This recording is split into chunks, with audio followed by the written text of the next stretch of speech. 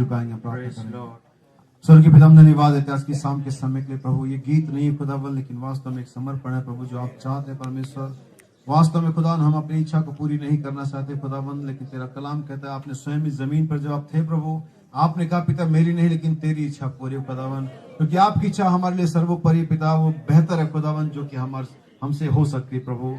मैं इस सभा को, अपने आप को, सारी बातों को आपके हाथों में समर्पित करता हूँ प्रभु। मैं विश्वास करता हूँ खुदावन, जिस परमेश्वर ने और पिछले दिनों से और अब तक हमारी अगुवाई की खुदावन, वही परमेश्वर आप इस समय भी हमारी अगुवाई करेगा पिता। मेरे प्रत्येक भाई और बहन को पिता जो यहाँ पर आए हैं खुदावन, उन्हें बड़ी आशीष दे पिता, और ये आज के वचन की तरह पिता उनके हृदय को फिर से उभारे परमेश्वर, और मसीह यीशु में स्थिर और मजबूत करके खड़ा करें खुदावन। सारी महिमा और आदर आपको देते प्रभु, प्रार्थना यीशु मसीह के नाम में मांगते हैं, आमीन। या कलीसिया आमीन कह सकती है? हालेलुया। जैसे कि हम खड़े परमेश्वर के वचन को पढ़ेंगे, आमीन। क्या हम तैयार हैं इसके लिए? इब्रानियों की पत्री उसका 9 अध्याय और उसकी 28 वचन से मैं आपके लिए पढ़ूंगा। Hebrew chapter 9 verse 28। और याद रखिए कि जब भी वचन 28 नंबर में आता है तो इसके अलग मतलब होते हैं, आमीन। 28वीं आयत है जो जीवन का चिन्ह है। यह इस प्रकार से लिखा हुआ है, वैसे ही मसीह भी बहुतों के पापों को उठा लेने के लिए एक बार बलिदान हुआ, और जो लोग उसकी बाट जोहते हैं उनके उद्धार के लिए दूसरी बार बिना पाप उठाए हुए दिखाई देगा। प्रभु के आशीष के पड़ेगा वचन पर हो सभी को प्रभु आशीष। हम बैठ सकते हैं जगहों पर। हम फिर से एक बार प्रभु यीशु मसीह की तालियां देंगे, महिमा को, महिमा की तालियां। Praise Lord. क्या आप हैं यहाँ पर?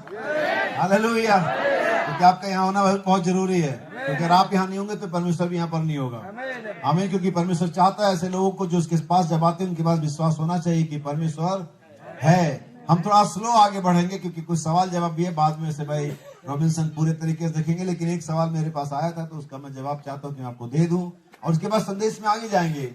और मेरा तीसरी मीटिंग के मेरे पास कोई योजना नहीं थी कि मैं तीसरी मीटिंग करता, लेकिन भाइयों ने फिर से चाहा कि तीसरी मीटिंग में यहाँ पर लूं। और हमारी रात को 10 बजे 10:30 बजे ट्रेन है गढ़वा से, और हमें कोई दिक्कत नहीं, अगर मुझे लेट हो जाता तो कोई दिक्कत नहीं है। लेकिन आप जब तक यहाँ पर हैं तो परमेश्वर के वचन पर ध्यान लगाइए, क्योंकि अगर आप ध्यान लगाने से चूक गए, उस मुख्य बात को चूक गए जिसके लिए इतना सारा खर्चा किया गया, हम लोगों ने अपने परिवारों को छोड़ा, समय को यहाँ पर आपके लिए खर्च किया, पैसा और तमाम चीजें, मेहनत और तमाम तरह की परेशानियां, तो इन सारी चीजों का कोई मतलब नहीं रहेगा अगर आप मुख्य बात से चूक गए। ये सारा अरेंजमेंट सिर्फ इस एक बात के लिए किया गया है कि आप परमेश्वर के वचन को जान सके। क्योंकि बाइबल कहते हैं, अगर यूहन्ना का सुसमाचार 17 अध्याय और 3 वचन पढ़ेंगे तो लिखा हुआ, और अनंत जीवन यह है कि हम परमेश्वर को जाने। अनंत जीवन क्या है? परमेश्वर को, जो एकमात्र जीवित और बुद्धिमान परमेश्वर, उसको जानना ही अनंत जीवन है। अब कितने लोग परमेश्वर को जानते हैं? बहुत सारे हाथ उठ गए हैं, लेकिन अभी थोड़ी देर के बाद ये हाथ ज्यादा नहीं उठेंगे, आमीन, हालेलुया। तो परमेश्वर को जानना ये अच्छा। यीशु के बारे में फरीसी कितना जानते थे? आपको मालूम है वो कितना जानते थे? मैं बताता हूँ। जानने के 2 तरीके होते हैं। उन्होंने कहा हम इसकी माता को जानते हैं, हम इसकी बहनों को जानते हैं, हम इसके गांव को जानते हैं, हम इसके बढ़ई की उस दुकान को जानते हैं। देखो मेरे घर की टेबल इसी के दुकान की है। वो यीशु के बारे में इतना ही जानते थे, और क्या हो गए? नाश हो गए। हमें, आप मुझे सुन पा रहे हैं? क्योंकि पढ़ने में तो ऐसा लगता है कि परमेश्वर को जानना, और हम कहेंगे हमसे बेहतर कौन जानता है। हम सब जानते हैं यीशु मसीह का कौन सा गोत्र से आया था, और कौन से उससे आया था, और कौन से देश से आया था, और ये सब हम जानते हैं। अच्छा, अगर मैं पर पूछूं कितने लोग नरेंद्र मोदी को जानते हैं? हाथ उठा दो। अब ऐसे हाथ नीचे कर ले, जिसे जानते ही नहीं। अच्छा, उसको कौन सा फल पसंद है, कौन लोग जानते हैं? तब क्या जानते हो? खाली उसको जानते हो। परमेश्वर को जानना और परमेश्वर के बारे में जानना अलग अलग बात। हम अभी तक परमेश्वर के बारे में जानते हैं, हम परमेश्वर को नहीं जानते। बहुत सारे लोग यहाँ पर परमेश्वर के बारे में जानते हैं, परमेश्वर को नहीं जानते। परमेश्वर के बारे में जानना और परमेश्वर को जानना 2 अलग बातें हैं। आमीन। आप मेरे बारे में जान सकते हैं कि मैं अल्बानी से हूं, मैं पास्टर हूं, मैं फलाना, लेकिन मैं एक्चुअली मैं क्या हूं ये मेरी पत्नी जानती है और मैं जानता हूं, ऊपर परमेश्वर जानता है। आमीन। इसलिए आप परमेश्वर को नहीं जानते। बहुत सारे लोग परमेश्वर को नहीं जानते। आप नरेंद्र मोदी का नाम जानते हैं हमारे देश का प्रधानमंत्री, उसकी क्या पसंद है, वो खाने में क्या पसंद करता है, उसका रंग में कौन सा पसंद है, उसके नेचर का क्या हिसाब किताब आप नहीं जानते हैं। ऐसे परमेश्वर को बस जानते हो बाइबल में लिखा हुआ करके, लेकिन हम वास्तव में परमेश्वर को नहीं, हमारी मुलाकात उससे नहीं हुई है। हमसे कहीं ज्यादा बेहतर मूसा 39 सालों में परमेश्वर के बारे में जानता था जितना कि हम अभी भी जानते हैं। उसकी मां ने उसे बचपन से बताया था। वो परमेश्वर के बारे में उन सारे यहूदी गुलामों से कहीं अधिक जानता था, जो ये दुआ कर रहे थे कि हमारे एक मसीहा भेज दे। लेकिन जब एक 5 मिनट की मुलाकात जलती हुई झाड़ी में उसके साथ परमेश्वर की हो गई, तो उसे कहीं अधिक जानता था जितना कि 80 साल में जान पाया था। हालेलुया। जितना कि 80 साल में परमेश्वर के बारे में जान पाया था, उससे कहीं अधिक कुछ 5 मिनट की मुलाकात में वो परमेश्वर को जान गया था। हालेलुया। क्या वे सारे सामरी स्त्री या बहुत सारे लोग क्या परमेश्वर के बारे में नहीं जानते थे? क्या वो फरीसी नहीं जानते थे? लेकिन जब उनकी मुलाकात यीशु मसीह से हुई तो वे उससे कहीं अधिक जानते थे जितना कि अभी तक उन्होंने जाना था। मुझे बताओ मेरे भाई बहन, पौलुस एक महान शिक्षक कितना अधिक जानता था परमेश्वर के बारे में। वो फरीसियों का फरीसी, शास्त्रियों का शास्त्री, बेंजामिन के गोत्र का तमाम तरह के टाइटल के साथ जुड़े हुए उस समय के सबसे बढ़िया टीचर गैमलियल के कदमों में उसने परमेश्वर के बारे में, व्यवस्था के बारे में शिक्षा पाई। लेकिन जब परमेश्वर से एनकाउंटर हुआ तब ये एक सवाल करता, प्रभु तू कौन, जिसके बारे में इतना साल पढ़ाई किया?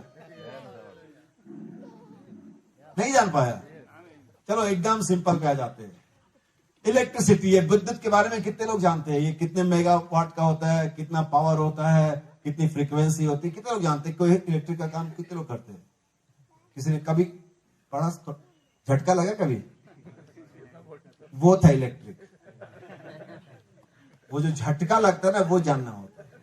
अभी तक आपने किताबों में पढ़ा उसकी क्या होती है, वो क्या किस उस पर काम करता है, लेकिन जो झटका लगता है ना, वो होता है जानना। अभी तक आपने बाइबल में परमेश्वर के बारे में पढ़ा है, अभी तक आपने संदेशों में परमेश्वर के बारे में पढ़ा है, अभी तक आप उसके बारे में पढ़ रहे, हम उसके बारे में आपको बता रहे, लेकिन एक दिन जिस दिन आप परमेश्वर को जानेंगे, जिस दिन एनकाउंटर होगा, जिस दिन एक झटका लगेगा, उस दिन आप जानेंगे कि परमेश्वर कौन है। हालेलुया। हमें परमेश्वर को पढ़ के नहीं जानना है, हमें परमेश्वर को सुन के नहीं जानना है, हमें परमेश्वर से मिलना है, हमें फेस टू फेस होना है, हमें उस पावर को अनुभव करना है, तब होता है परमेश्वर को जानना। इसलिए आज इस संदेश में आपको परमेश्वर के बारे में नहीं बताएंगे, हम परमेश्वर को प्रेजेंट करेंगे आपके लिए।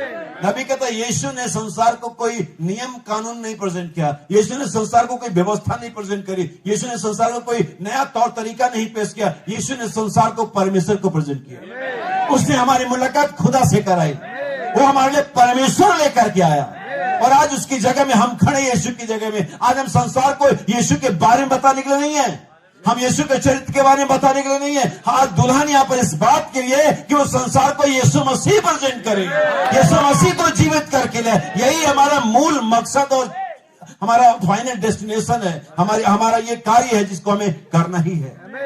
कितने लोग तैयार है करने के लिए? तो परमेश्वर को जानना ही इस प्रकार से, पढ़ के नहीं, सुन के नहीं, झटका महसूस होना चाहिए। हमें झटका जब महसूस होगा तो वो बेहतर जानकारी देगा जितना कि किताबों में आपने ये ईश्वर के साथ मुलाकात, इससे बेहतर जानकारी देगा जितना कि हम यहाँ प्रचार कर रहे हैं। आमीन, हालेलुया। यहाँ पर एक सवाल आया था कि क्या हमें चुनाव में वोट डालना चाहिए या नहीं। कितने लोग कभी सवाल को इस प्रकार का सवाल सुने, उनसे भी कहा गया है, बताया गया है कि हमें वोट डालना चाहिए या नहीं। बाइबल के अनुसार, नबी के अनुसार ही हम आपको जवाब देंगे, क्योंकि हमारे पास कोई अपना अनुसार नहीं है। हम कुछ अपनी तरफ से आपको नहीं बताना चाहते कि हम क्या सोचते हैं। परमेश्वर का वचन इस तरह से कभी कोई नहीं प्रचार कर सकता कि वो क्या सोचता है। परमेश्वर का वचन इस प्रकार से प्रचार किया जाना है कि परमेश्वर क्या कहता है, स्वयं परमेश्वर क्या कहता है। हमारे पास परमेश्वर के वचन के बारे में उतना ही विचार है जितना कि लिखा हुआ है, उससे कम और उससे ज्यादा कुछ नहीं है। इसलिए हम आपके सामने ऐसी कोई बात नहीं रखेंगे जो हम सोचते हैं, हमारा विचार वो हमारे लिए, लेकिन आपके सामने हम वही बातों को रखेंगे जो बाइबल साफ साफ कहती है। हमारे पास हर एक सवाल का एक साफ जवाब होना चाहिए। बाइबल हाँ और ना दोनों में बात नहीं करती है। बाइबल हाँ में बात करती है या ना में बात करती है। बाइबल कहती है यस और नो, वो दोनों तरफ बाइबल कभी नहीं चलती। इसलिए हमें इसके बारे में एक साफ हमारे पास विचार और निर्णय होना चाहिए। कितने लोग जानना चाहते हैं? तो हमारे पास बहुत सारे सवाल आते हैं, कई तरह अजीबो गरीब सवाल आते हैं। एक व्यक्ति ने पूछा आदम के ये टुंडी थी या नहीं थी। मैंने कहा तुझे क्या इससे फर्क पड़ जाएगा कि उसके थी और नहीं, तू अपना देख। तो बहुत सारे ऐसे उल्टे सीधे सवाल आ जाते हैं जिसका कोई सिर पैर नहीं होता, उधार से कोई लेन देन नहीं होता, पता नहीं अब वो क्या कहां से आते और कौन पूछवाता है। अच्छा, कई बार ये सवाल जो पूछता है उसका होता नहीं है, उसको पैसे दिए जाते हैं, उसे चढ़ाए जाते कि तू पूछ, क्योंकि वो खुद बदनाम नहीं होना चाहता या वो खुद नहीं बताना चाहता कि मैं बड़ा ज्ञान आदमी हूं, इसलिए दूसरों को आगे ढकेलता कि तू पूछ। जैसे संसद में सवाल पूछने के पैसे दिए जाते हैं, उन नेताओं को पैसे मिलते कि सवाल पूछो। ऐसे ही बहुत, अगर आप बाइबल को पढ़ते हैं तो ये काम नीचे लोगों का होता है जो दूसरों का सवाल खुद पूछते हैं। हमें जब अहाब नबी को नाबोत की बारी अच्छी लगी थी और उसने बेचने से मना कर दिया तो जाकर के बड़ा अपसेट हो गया अहाब राजा। तो इजाबेल आती है, डार्लिंग क्या हुआ? मैंने कहा यार मैंने नाबोत एक व्यक्ति से इतनी अच्छा उसका बारी था, उसका गार्डन बगीचा इतना बढ़िया था, मैंने कहा पैसा भी दे दूंगा लेकिन उसने मना कर दिया बेचने से। मैंने कहा कोई बात नहीं, आप डिनर करें, मैं देखती हूँ क्या कर सकती हूँ।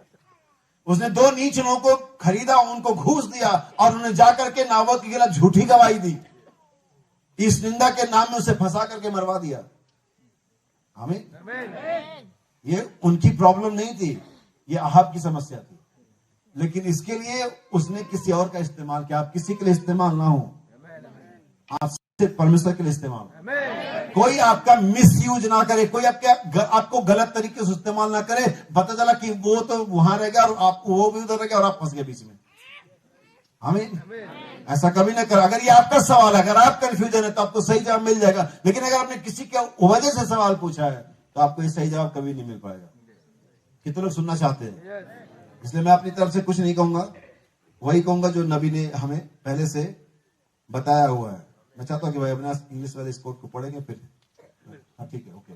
सुनिए, नबी का एक संदेश है, अंधा बर्तुलमई, और संदेश भी क्या गजब का नाम के साथ है, अंधा बर्तुलमई।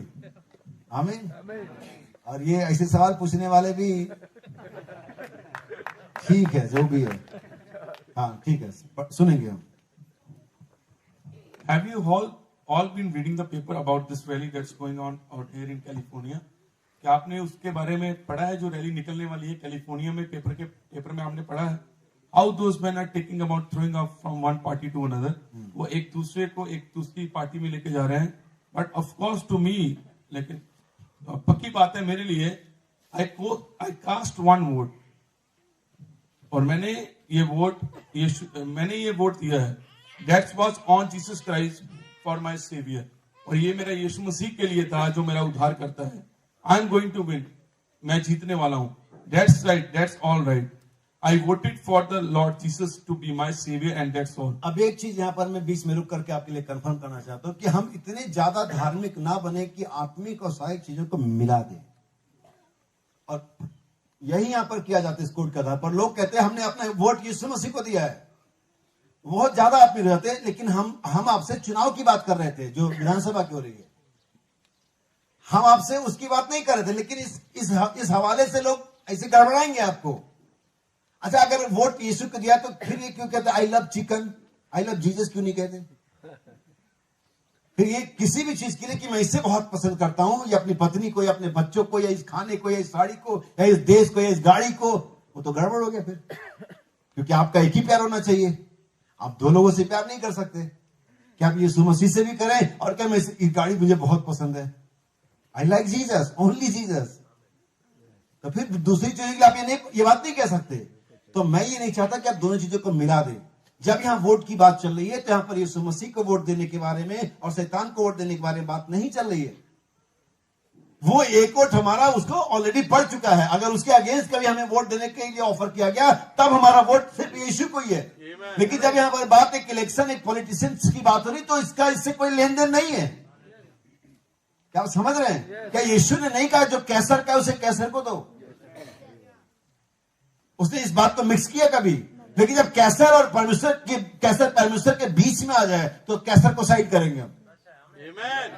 फिर हमारे लिए कैसर सेकेंडरी है। और शायद नथिंग है, तब परमेश्वर पहले है। लेकिन जब तक वो हमारे उसके बीच में नहीं आ रहा है, और इट्स ओके। अगर आपने बाइबल पढ़ा हो तो डैनियल नबी राजा के सामने जब भी आता तो क्या कहता है, हे राजा तू युगानुयुग जीवित रहे, चिरंजीवी रहे। ऐसा कैसे कर सकते हैं कि यहूदी व्यक्ति अन्य जाति राजा के लिए, लेकिन वो करता था। हमें बहुत ज्यादा आत्मिक ना बने कि दोनों चीजों को मिला दे। नहीं जी मैंने तो यीशु को वोट दिया है, ये भी कोई बताने की बात है कि तुम बता रहे हो। भाई बहनों में एक दूसरा एंगल बता रहे हैं आपको। नबी ने कई ऐसी चीजें बताई, जैसे यीशु को जब सवाल पूछा गया किस व्यक्ति ने किस इंटेंशन से पूछा, तो यीशु ने अलग अलग जवाब दिया। क्या जानते इस बात को? भाई बहनम के साथ भी ऐसा हुआ कि दो लोगों ने अलग अलग भावना से सवाल एक ही पूछा, लेकिन भाई बहनम ने दोनों को अलग अलग जवाब दिया। जब उस छोटी बच्ची ने पूछा कि कैसे योना वेल की मुंह में इस छोटे से इस मछली के पेट में गया, भाई बहनों ने बताया कि उस परमेश्वर ने एक विशेष मछली बनाई थी, एक विशेष रचना करी थी। लेकिन जब एक सयाने वयस्क आदमी ने चालाकी से सवाल पूछा कि भाई बहनम योना मछली के पेट में कैसे गई, तो फुटबॉल भी नहीं जा सकता। तो भाई बहनम कहते हैं कि जब कभी वो मुझे स्वर्ग में मिलेगा मैं उसको पूछूंगा कि तू मछली के पेट में कैसे गया, और अगर तुझे नरक में मिल जाए तो तू पूछ लेना, क्योंकि ये सर तू जा नहीं रहा है और वो भी नरक में है नहीं, तो कंफ्यूजन में ही मरेगा। आमीन। यीशु ने फिलिप्पुस ने कहा प्रभु तू कहां रहते? यीशु का जब तू मेरे पीछे आएगा देख लेगा। और फरीसी और शास्त्री ने पूछा तो कहता लोमड़ियों के भट्ट होती है और पक्षियों के घोंसले होते हैं, मनुष्य के पुत्र के सर धरने की जगह। तो इन चीजों को समझो कि आपका इंटेंशन क्या है। एक व्यक्ति आपको सिर्फ फंसा दे रहा है। आप कभी भी जब ऐसे लोग आपको सवाल बोले या ऐसी चीजों का आपके सर पे बोझ बनाए, उस पास्टर को, उस प्रचारक को उल्टा सवाल करो कि तुम्हारा क्या चल रहा है, तुम्हारे पास वोटर आईडी है और नहीं मुझे बताओ। ऐसा पास्टर प्रचारक जो आपसे कहता वोट नहीं देना चाहिए, उसको पूछो तुम्हारे पास वोटर आईडी है या नहीं, हाँ या नाम बता मुझे। और अगर तो वोटर आईडी जेब में रखी हुई, आधार कार्ड रखा हुआ है, कहते भाई पहले खुद कर ले फिर हमें सिखा लेना। समझ में आ रही बात? ये वो बोझ फरीसियों की तरह तुम्हारे सर पे ला देते हैं जिससे खुद उंगली नहीं लगाते। हम ऐसे नहीं होना चाहते। हम बताना चाहते कि मामला है क्या। यहां पर स्पिरिचुअल मामला अलग है, फिजिकल मामला अलग है। सुनिए बात। I voted for the Lord Jesus to be my savior and that's all. मैंने यीशु मसीह के लिए वोट डाला है और वही मेरा उद्धार करता है, बस। समझे?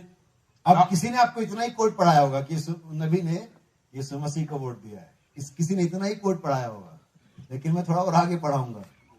नबी ने आखिर फिर हुआ क्या था आगे, और सुनिए। Now I believe in voting. और नबी क्या कह रहे हैं यहां पर? मैं वोट डालने में विश्वास करता हूं। ये मैं नहीं कह रहा हूं, नबी कह रहा है। जिन्होंने भी आपको बताया कि ऐसा नहीं है, उनको पूछना फिर ये क्या है। आमीन। कि वोट नहीं देना चाहिए।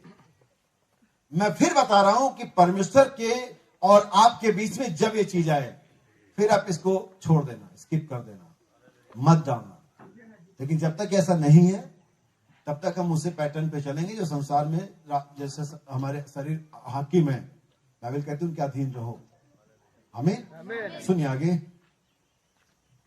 I believe you should do it. और मैं विश्वास करता हूं आपको भी ये डालना चाहिए। क्या समझे आपने? नबी कहता मैं वोट डालने में विश्वास करता हूं, मैं चाहता हूं, मुझे लगता है आपको भी ये करना चाहिए। मैं विश्वास करता हूं आपको भी करना चाहिए। आपको भी करना चाहिए। किसने सिखा दिया कि नहीं डालना चाहिए? हमें सुनिए।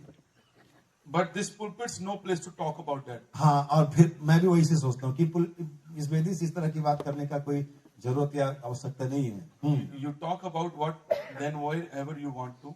आप कहीं भी और बात करें, लेकिन पुलपिट पे नहीं। This is the gospel है, यहाँ सुसमाचार है। तो शब्दों में कि वो चाह रहा था कि दुनियावी जो राजनीति है उसकी चर्चा कलीसियाओं में पुलपिट पर नहीं होनी चाहिए। ये डेडिकेटेड प्लेस है जिसे होली प्लेस भी कहा जाता है, जो सिर्फ परमेश्वर के वचन के लिए बना हुआ है। इसलिए नबी कहता है कि कलीसियाओं को राजनीति में शामिल नहीं होना है। लेकिन चूंकि प्रावधान है, चूंकि आपके कुछ कानूनी अधिकार है जिसकी वजह से वोट डालना पड़ता है आपको, लेकिन ये कलीसिया उस जगह के लिए बातचीत करने नहीं है कि हम चर्च से मिलकर पादरी मिल कलीसिया, हाँ भाई किसको वोट देना है, ये नहीं है। ऐसा करने, ऐसा नहीं करना आपने कि पादरी को किसी पार्टी से चंदा मिल गया, हाँ भाई तुम्हारे 200 लोग हैं, ये पकड़ो 10,000 रुपए, सब वोट इधर आने चाहिए, ये मत करना। ये करना गलत हो जाएगा। आपका वोट आपका है। हमें सुनिए आगे, ठीक है। अब एक दूसरा संदेश है, मैं यीशु के साथ जो मसीह कहलाता है क्या करूं। इसमें भाई बहन हम कहते हैं, अमेरिकी लोगों ने श्रीमान कैनेडी को राष्ट्रपति के लिए वोट किया और वह था, यही कारण है कि हम एक लोकतंत्र हैं। मैंने श्रीमान कैनेडी को वोट नहीं दिया, मैंने श्रीमान निक्सन को वोट दिया। अब वो कहता है मैंने यीशु को वोट दिया, और वो चुनाव से पहले बात कर रहा था, क्योंकि किसी को अपना वोट नहीं बताना चाहिए कि मैं किसको दे रहा हूं, और वो सही राजनीतिज्ञ था। हमें उसने चुनाव से पहले कहा मैंने यीशु को वोट दिया है और मेरा गवर्नमेंट वही है, लेकिन चुनाव के बाद कह रहा है मैंने श्रीमान निक्सन को वोट दिया। हमें किसने दिया वोट? कौन सिखा रहा कि नहीं देना चाहिए, और नबी खिलाफ था। और ये मोहरे खुलने के बाद का ये भी, हाँ 63 नवंबर 11वां महीना। ऐसा नहीं कि मोहरें नहीं खुली अभी भी। अगर कोई ये कहना चाहे कि मोहरों के बाद कुछ और मामला हो गया, ऐसा नहीं है। भाई बहन हम कहते हैं यही कारण है कि मैंने श्रीमान कैनेडी को वोट नहीं दिया, मैंने श्रीमान निक्सन को वोट दिया, क्योंकि मैं व्यक्तिगत रूप से श्रीमान निक्सन को जानता था और मैंने उसे पसंद किया और मैंने उसके लिए वोट किया व्यक्तिगत रूप से, क्योंकि मैं उसे पसंद करता था। लेकिन इस देश के लोग, अमेरिकी, इस देश के सारे मेरे साथी नागरिकों ने श्रीमान कैनेडी को चुना, और जिस तरह से उन्होंने ये किया, ये ठीक है, यह उनके परमेश्वर के बीच है, लेकिन यह बहुत कुछ है। तो शब्दों में एक विवरण सिर्फ एक इसलिए बता रहे हैं, जब परमेश्वर और इसके बीच का मसला नहीं है तो फिर आप वोट देने के लिए आजाद है। लेकिन अगर ये मामला परमेश्वर और ये चीज इसके बीच में आती है, फिर हमारा वोट परमेश्वर को ही है और किसी को नहीं है, और कभी भी नहीं है। हमें इन चीजों को अपने दिमाग में रखिए, और इस तरह की किसी भी कोई भी अगर प्रचारक पास्टर कर ये बातें सिखाता है तो उसको पहले खुद पूछिए कि आपके साथ क्या मसला है। आप हमसे पूछ सकते हैं, अगर हम आपको कुछ ऐसी चीज सिखाते हैं कि ऐसा नहीं करो ऐसा करो, आप हमसे पूछ सकते हैं, हम आपको अधिकार देते पूछने के लिए। क्या आप हमसे पूछिए, हम आपको जवाब देंगे। लेकिन यह नहीं कि हम लोगों को किसी हुकूमत के दायरे में लेकर के उन्हें बांधे और उन्हें मनुष्य के शिक्षा के नीचे रखे। हम चाहते कि मनुष्य आजाद हो। बाइबल कहती है जहां कहीं प्रभु का आत्मा है वहां पर आजादी है, लेकिन जहां कहीं मनुष्य की आत्मा आती है, जहां कहीं तंत्र की आत्मा आती है, जहां कहीं लोग हुकूमत करना चाहते हैं, वहां पर लोग मनुष्य के पीछे बंद करके रह जाते हैं। इसलिए बाइबल कहती जहां कहीं प्रभु का आत्मा वहां क्या है? आजादी है। कितने लोग आजादी चाहते हैं? यीशु को तुम सत्य को जानोगे, सत्य तुम्हें ये जानना ही है। परमेश्वर तुम पर ये रिवील करेगा ही करेगा, क्योंकि तुम्हें आजाद होना है। और आज इस शाम को परमेश्वर का वचन आपको आजाद करेगा। किस चीज से? आपकी शिक्षाओं से, आपके विचारों से, आपके गलत अनुवादों से, आपकी गलत आदतों से, वो जो कुछ शैतान की बंधुआई है, परमेश्वर का वचन क्या करेगा? आजाद करेगा। नबी कहता वचन का प्रचार दुष्टात्माओं को निकालता है। जब वचन का प्रचार होता है दुष्टात्मा निकल जाती है, चाहे बीमारी की दुष्टात्मा, चाहे विश्वास की दुष्टात्मा, चाहे वो चुप रहने की दुष्टात्मा, चाहे आमीन ना बोलने वाली दुष्टात्मा, वो सारी दुष्टात्माएं वचन के प्रचार के द्वारा भगा दी जाती है, क्योंकि वचन का प्रचार सबसे महान कार्य है जो पृथ्वी पर कभी किया जाता है। जब वचन प्रचार जाता है सारा स्वर्ग भी अटेंशन के मुद्रा में आ जाता है। जब वचन प्रचार जाता है शैतान भी थोड़ी देर के लिए सोचता है मेरे साथ कुछ तो गड़बड़ होने वाला है, क्योंकि वचन आ रहा है। हालेलुया। और जब वचन को स्वीकार करते हैं आप शैतान पर एक और प्रहार करते हैं। क्या प्रहार करने तैयार हैं? मेरा संदेश है यीशु मसीह दोबारा उनके लिए आ रहा है जो उसके आने के लिए देख रहे हैं। आमीन। यही इब्रानियों 9:28 में लिखा हुआ भी है। यीशु मसीह किसके लिए आ रहा है? उनके लिए आ रहा है जो उसके आने के लिए देख रहे हैं। आमीन। unto them that looking for him। यीशु उनके लिए आ रहा है जो उसके आने के लिए देख रहे हैं। क्या आप उसके आने के लिए देख रहे हैं? आमीन। कितने लोग देख रहे हैं? अच्छा, कितने लोग मुझे देख रहे हैं? ठीक है, ये ऐसा देखना नहीं इसलिए बता रहा हूं। ये देखना इस प्रकार का देखना नहीं है। ये देखना एक सीन देखना नहीं है, ये एक देखना एक पिक्चर देखना नहीं है, ये देखना कोई दूर से आ रहा ऐसा करके एक विजुअल देखना नहीं है। ये एक विजन है, ये एक डेस्टिनेशन है, एक भविष्य की योजना है। जैसे हम अपने बच्चों की शादी के लिए देख रहे होते हैं, और हो सकता है कि बच्चा 2 साल का हो, लेकिन फिर भी आप उसके लिए कुछ धन को संचय करते हैं, जमा करते हैं। किसके लिए देख रहे हैं? उसकी शादी के लिए देख रहे हैं। अब देखने के बारे में एक चीज बताता हूं आपको। जब एक अभी ठीक मौसम चल रहा है, गेहूं की बुआई का मौसम अभी ठीक चल रहा है। अभी आप जाइए और खेत में पूरा हल चला दिएगा, उनको उस पर ऐसे उसको पूरा सरफेस उसका चिकना कर दिया गया और बीज को बो दिया गया है। अब एक किसान जिसने बीज को बोया है, वो उस खेत के किनारे खड़े होकर उस जमीन को देखता है जहां पर वो बीज को बो के आया है। अगर आप उसके साथ खड़े हो, आप कहें ये क्या देख रहा है, तो आपके लिए वहां कुछ भी नहीं देखने के लिए। हमें आप उस किसान के आंखों में नहीं घुस सकते, ना उसके मनों में जा सकते, लेकिन वो बहुत कुछ देख रहा है। लेकिन अगर आप उसके साथ खड़े हो, आप उससे बड़े हो, उससे ज्यादा जमीन हो या जो कुछ भी आपके पास है, और आपको वो नहीं दिख पाएगा जो वो किसान देख रहा है। आमीन। आप जानते हैं आप क्या देखेंगे? आप देखेंगे मैदान है जो बिल्कुल साफ है, जिस पर वो रोलर चला दिया गया है, आपको कुछ नहीं दिख रहा है वहां। लेकिन आप जानते हो किसान वहां पर क्या देख रहा है? वो दहेज में आने वाले सामानों को देख रहा है। वो किसान उस खेत को देख रहा है, तो वो ये देख रहा है कि मेरे बच्चे की स्कूल की अगली फीस जाएगी। जब वो किसान उस खेत को देख रहा है जहां पर कुछ दिख नहीं रहा है, तो वो देख रहा है कि अगले 6 महीनों के लिए हमारा परिवार आराम से बैठ के खा सकता है। क्योंकि वो क्या देख रहा है? वो वास्तव में उस दर्शन को देख रहा है, उस फुलफिलमेंट को देख रहा है, जो थोड़े समय के बाद इस प्रक्रिया के द्वारा होने वाली है, जो उसने अभी किया है। हालेलुया। अब यीशु के आने के लिए देख तो सभी रहे हैं, संस्थाएं भी देख रही हैं, कैथोलिक्स भी देख रहे हैं, और सभी देख रहे हैं, लेकिन उनको दिख नहीं रहा है। लेकिन यहाँ पर एक दुल्हन है जो उसको देख रही है, अपने भविष्य के घर को देख रही है, अपनी नई देह को देख रही है, अपने नए जीवन को देख रही है, उस स्वर्ग के आनंद को देख रही है। क्योंकि जो अभी कर रही है वो जानती है इसका नतीजा यही होने वाला है। हालेलुया। हमारे एक भाई प्रचारक भाई रेमंड थॉमसन हुआ करते, उन्होंने एक बार एक बीज को लिया और उनका देखो क्या आपको क्या दिख रहा है? छोटा सा मैंगो सीड अगर काम का बीज में क्या दिख रहा है? आगे तो छोटा बीज है, गुठली है, कुछ नहीं है, हम फेंक देते हैं। आप जो फेंक देते हैं, अगर आपने गुठली फेंका, मैं कह सकता हूं कि आपने 1 टन लकड़ी फेंक दी। बहुत बड़ा बात है। मैं आप अगर एक गुठली फेंकते, मैं कह सकता हूं आपने कई सोफे कई मेज फेंक दिए। अगर आप एक गुठली फेंकते, मैं कह सकता हूं आपने 1 ट्रक आम फेंक दिया। एक गुठली फेंका, उसमें 1 ट्रक आम फेंक दिया। जी हाँ श्रीमान।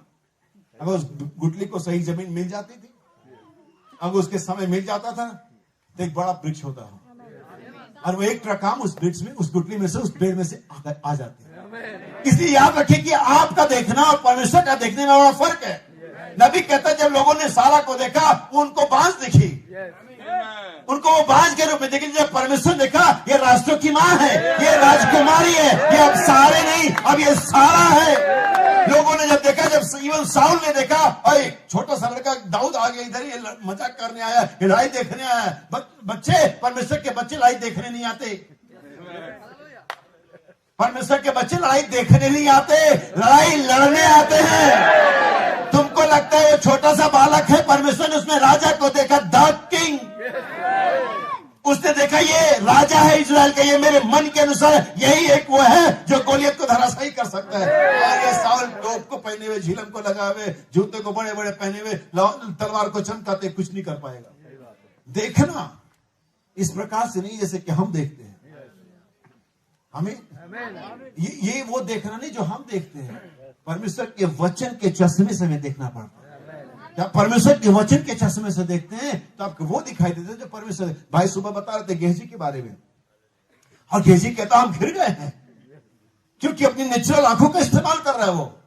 लेकिन नबी कहता है जब तक इन आंखों पर अनॉइंटिंग नहीं आती है, जब तक इन आंखों पर अभिषेक, इसे प्रकाशित वक्त 3 अध्याय 14वें वचन में लौदीकिया कलीसिया को एक सम्मति यह भी दी गई कि मुझसे सुरमा ले ले, क्योंकि तुझे ज्यादा दिख नहीं रहा है। तुझे नरेंद्र मोदी दिख रहा है, उसके बाद की गवर्नमेंट दिख ही नहीं रही है तुझे। हमें तुझे 5 साल वाली सत्ता तो दिख रही, लेकिन 1000 साल वाली सत्ता नहीं दिख रही है। आमीन। लोग 5 साल वाली सत्ता में परेशान है और मैं 1000 साल वाली का इंतजाम कर रहा हूं। हालेलुया। सब अभी कहते हैं मैं तुझे संबंधित है कि क्या ले ले, सुरमा ले ले कि तू देखने पाए। क्या देखने पाए? क्या नहीं दिख रहा है आज? आमीन। क्या नहीं दिख रहा है आज? परमेश्वर की प्रतिज्ञा आज लोगों को नहीं दिख रही है। यीशु मसीह का दूसरा आगमन आज लोगों को नहीं दिख रहा है। 7 गर्जनों ने अपनी आवाजों को दिया, ये नहीं दिख रहा है। मसीह अपने वचन में प्रकट हो चुका, ये नहीं दिख रहा है। लेपालकपन का प्रोसेस चल रहा है, ये लोगों को नहीं दिख रहा है। ये उसके लिए अंधे हैं, लेकिन यीशु आ रहा है उनके लिए जो उसके आने के लिए देख रहे हैं। वे कैसे देख रहे हैं? उन्होंने इस वचन के नए और नियम पुराने के चश्मों को लिया है। 2 ग्लास होते हैं, हम कोई मोगैम्बो नहीं है जो एक ग्लास से देखेंगे, लेकिन हमने दोनों में नया और पुराना नियम। हालेलुया। ना सिर्फ हमारे पास एक मलाकी 4 की सेवकाई है, लेकिन हमारे पास कैसे 10-7 की भी सेवकाई है। हमने दोनों लगाया हुआ है। आंख में सुरमा नहीं, आंखों में, दोनों में, राइट और लेफ्ट। तब देख पाएंगे कि ठीक अभी क्या हो रहा है। दाऊद कहता साम नंबर 121 में, मैं अपनी आंखें पर्वतों की ओर। मुझे बताओ किस दिन तुमने कभी उसको देखा कि पर्वतों को देख रहा है? देखने का मतलब ऐसा नहीं जैसे आप पढ़ते हैं। ये मतलब होता है फोकस्ड होना, किसी चीज के बारे में निरंतर चिंतन और मनन करना, किसी चीज के बारे में निरंतर जागरूक रहना। हमें इब्रानियों 12 अध्याय पहला वचन कहता है, और उद्धार के कर्ता और उसके पूरा करने वाले यीशु की ओर देखो मत, देखते रहो। कंटिन्यू। सुबह देखते रहो, दोपहर में देखते रहो, शाम को देखते रहो, रात को सोने के बाद भी देख सकते हो, क्योंकि कुछ चीजें सोने के बाद नहीं दिखती, लेकिन हमारे परमेश्वर का वचन इस प्रकार का है, हम सोते हुए भी उसे देख सकते हैं। आमीन। क्योंकि हमारे अंदर चले गया है वो। तो बाइबल कहती है उसकी ओर देखते रहो। आगे जिन्होंने उसकी ओर देखा उनका मुंह कभी लज्जित। आमीन। जिन्होंने तलवारों की ओर देखा, जिन्होंने साम्राज्य की ओर देखा, जिन्होंने और ताकतों की ओर देखा, वे हार गए। साउल ने अपने तलवार की ओर देखा, झीलम की ओर देखा, टोप की ओर देखा, हार गया। लेकिन जब दाऊद आता है, उसने तो अपने गुलेल की ओर भी नहीं देखा, ले देकर के वही एकमात्र उसके पास था। उसका भरोसा नहीं था उस पर, लेकिन चूंकि उसके पास वही था। तो परमेश्वर आपसे कभी अपेक्षा नहीं करता कि आप उसके पास आए तो आपको बेहतर हथियार दे। गिदोन से कहता है इसी शक्ति के साथ चला जाए। परमेश्वर थोड़ा भी चेंज नहीं मांगता, वो आपकी एबिलिटी पर आपके साथ काम नहीं कराता। हमारे भाई वर्णम नबी ने बताया, जब उकाब अपने बच्चे को उड़ाना सिखाती है ना, वो घोंसले को पहली बार तो तोड़ देती है, ताकि तुम अगर जाना भी चाहो ना तो तुम जा नहीं सकते उसमें। परमेश्वर पहला काम तुम इतना कठोर संदेश देता है और तुम इतना कठोर बता देता है कि तुम सबको बुरा बोल देते हो। मैसेज में आते ही, मम्मी तुम बुरी हो, तुम्हारा धर्म बुरा, संस्था बुरी है, अब जाओगे कैसे? इतना तो तुमने पहले वक्त दिया उसको। अगर जाओगे तो कहेंगे ले आ गया वापस, तो तुड़वा देता, तुमसे ही तुड़वा देता है। हम जा ही नहीं सकते, तो तुड़वा देता है, फिर तो उस आसमान का ऊंचाइयों में ले जाता है। और बेचारा पहली बार इतनी ऊंचाई पर बच्चा क्या होता है, चोंच से उसके पंखों को पकड़ लेता, लेकिन जैसे झटका वटका दे के उकाब उसे, अब जानते हो गिरा देती तो अपेक्षा करती उड़ लेगा, जैसे तैसे उड़ेगा ही उड़ेगा। वो जानती नहीं उड़ पाएगा, क्योंकि उसको उस बच्चे के पंखों पर भरोसा नहीं है। वो जानती है गिरेगा, वो जानती है उड़ नहीं पाएगा पहली बार में, और वो जानती है कि गिरेगा, लेकिन उसको अपने पे भरोसा है, उसको अपने वचन पर भरोसा है, उसको अपनी प्रतिज्ञा पर भरोसा है। और वो जैसे ही करने वाला था, एक लंबी डाइव लेकर के नीचे आती है और उसे फिर से लेकर के जाती है। हालेलुया। आप जानते इसे, क्योंकि उसको अपने वचन पर भरोसा है। जब सैमसन फलिस्तीन से घिर गया, उसके हाथ में गदे की झपड़ी आई, और परमेश्वर ने कहा सैमसन इस बार मुझे माफ कर, अगर तेरे हाथ में कोई लोहे का डंडा आता तो मैं तुझे जरूर जितवा देता था, लेकिन मैं क्या करूं, तेरे हाथ में लोहे का वो गदे का जबड़ा है, वो बहुत दिन से ऐसा बिल्कुल बेकार हो गया, जर्जर हो गया, तो मैं इस बार सॉरी। नहीं, गधे का जबड़ा है, मैं उससे काम कर दूंगा, मुझे इससे कोई मतलब नहीं है। मूसा जब परमेश्वर के सामने चलती झाड़ी में, तेरे हाथ में क्या है? उसने कहा लाठी। अरे मूसा, अगर तू तलवार लेकर के आता ना, मैं अभी कर देता था। मूसा तू गलती कर गया, तुझे तलवार लेकर के आना चाहिए था। मूसा कहता लाठी है। अच्छा ठीक है, ओके, इससे काम हो जाएगा। मुझे इसमें कुछ भी जोड़ने, मेरे पास समझ है, मेरे पास पावर है। मैं इस लाठी को अभी शिक्षित कर दूंगा, मैं इस लाठी में पुनरुत्थान डाल दूंगा, मैं इस लाठी में रूपांतर की शक्ति डाल दूंगा। और वो लाठी छुड़ाने वाली लाठी बन गई। अब लाठी का एक जिक्र मैं बताता हूँ। उस लाठी ने एक दिन नील नदी के अंदर में डाला मूसा ने, और नील नदी का पानी लहू बन गया और सारा मिस्र क्या हो गया, प्यासा हो गया। हालेलुया। सारा मिस्र प्यासा रहा काफी समय तक। और एक दिन वही लाठी मिस्र के निकलने के बाद जंगल के मार्ग में एक दिन इजराइल प्यासा था, और वही लाठी चट्टान पर टकराई जाती है, और वही लाठी जो एक दिन मिस्र को प्यासा कर रही थी, वही लाठी इजराइल के लोगों को पानी पिला रही थी। आमीन। यही वचन जो तुम्हें जीवन दे रहा है, जो तुम्हें आनंद दे रहा है, यही वचन संसार को एक दिन न्याय में नष्ट कर देगा। हालेलुया। क्योंकि इस पावर है इसके अंदर में रूपांतर की। कभी कहता लाठी जब मूसा ने डाला सांप बन गया, फिर उन्होंने ताली बजाई, पढ़ते तो जादूगर निकले। आमीन। मूसा ये छोटा ट्रिक हमको मालूम है, और जैमरे जरा दिखाओ इसको, हमारी टेक्निक के बारे में बताओ इसको। ये छोटी सी ट्रिक से 20 लाख लोगों को छुड़ाने आया है, और उन्होंने लाठी को अपने डाला, और वो भी क्या बन गई। मूसा तो खड़ा था, हारून पीछे हो गया। मूसा फंसवाएगा, पता नहीं किससे मिलकर आएगा, तो लाठी का सांप बनाते ये भी बनाते हैं। दावीद कहते हैं हम हटने वाले नहीं कि नाश हो।